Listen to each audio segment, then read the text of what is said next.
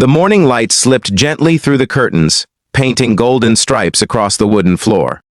I was half awake, sitting at the edge of my bed, scrolling through my phone like every other day, numb, distracted, lost in the endless noise of everything and nothing. That's when her message appeared on my screen. Join me for yoga? Just 4 words, simple, harmless.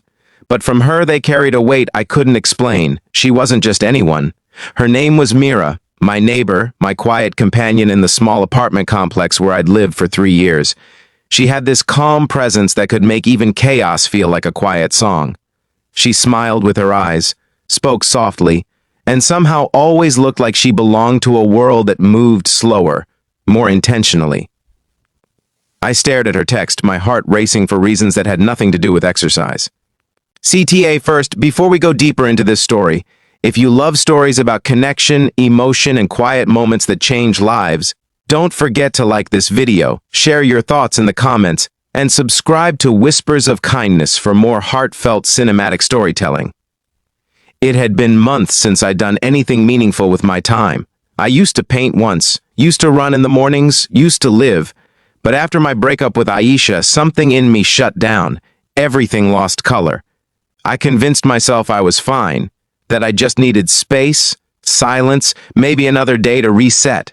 But days became weeks, and weeks became the kind of months that taste like dust. So when Mira asked me to join her, it wasn't about yoga. It was about breaking the silence I'd been drowning in. That afternoon, I found myself standing awkwardly outside her door, clutching an old water bottle and wearing gym clothes that didn't fit me the same way anymore. She opened the door before I even knocked. "You came," she said with that soft smile. Her apartment smelled like jasmine tea and sunlight. The curtains swayed in a lazy rhythm, and the wooden floor gleamed like it remembered every sunrise that had ever touched it. There was a mat rolled out on the floor, next to another one. "For you," she said, nodding toward it. Her hair was tied up in a loose bun, a few strands falling freely over her face, and as she moved, slow, graceful, fluid, I realized how long it had been since I noticed beauty without guilt. We started the session. She guided me through the breathing, the postures, the rhythm of inhale and exhale, but the truth? I wasn't breathing, not really. I was watching her, the way her body flowed with purpose, the way peace seemed to ripple from her like light off still water. I tried to follow, but every time she looked at me and smiled, my chest tightened. "Don't force it," she said softly. "Yoga isn't about control, it's about letting go. Letting go." 2 words that hit harder than I expected, because I hadn't let go. Not of Aisha, not of the past, not of the version of myself I thought I'd lost. I'd been holding everything so tightly that I'd forgotten how to breathe. Mira noticed. She didn't say it out loud, but I could see it in her eyes. That knowing look people have when they recognize pain they've once carried themselves. After the session, we sat by her balcony sipping tea. The city buzzed below, but up here it felt like time had slowed down. "Do you ever just stop?" I asked. She turned to me. "What do you mean?" "I mean, stop pretending you're okay." Mira smiled faintly. "All the time. But then I breathe, and remember that pretending isn't always lying. Sometimes it's just surviving until you can be honest again." Something inside me cracked open. Maybe it was the honesty in her voice, or the way the sunlight painted her face in gold. I didn't say much after that, just listened. For the first time in months, I listened. Days turned into a quiet routine. Every morning she'd knock on my door at 6. "Yoga?" she'd say. I'd groan, but always follow. And every session felt less like exercise and more like recovery. I learned to breathe again, to find stillness between thoughts, strength between breaths.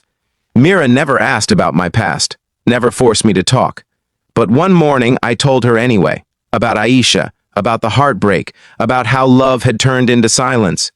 Mira listened the way only someone who has loved and lost can listen, with patience, with understanding, without trying to fix it. "Pain doesn't disappear," she said softly. "It just finds a place to rest inside you." Yoga helped me find that place. I wanted to ask what pain she carried, but she looked away, eyes distant, and I knew, some stories you don't need to open to feel their weight. Weeks passed, and I started noticing things I hadn't before. The scent of rain before dawn, the way sunlight curved through the trees, the hum of my own breath. And Mira, she became part of that rhythm. Then one day she didn't answer her door. I waited, knocked again, called her name, nothing. Later that evening, I found her sitting by the river behind our building, her yoga mat beside her, untouched. "I'm leaving," she said quietly. "Leaving? Why?" "I got a job offer, out of the city. It's something I've wanted for a long time." I wanted to congratulate her, to be happy for her. But my throat closed around the words. I hadn't realized until that moment how much she had become my anchor. She smiled at me, eyes glistening. "You'll be okay, you know. You're already breathing again."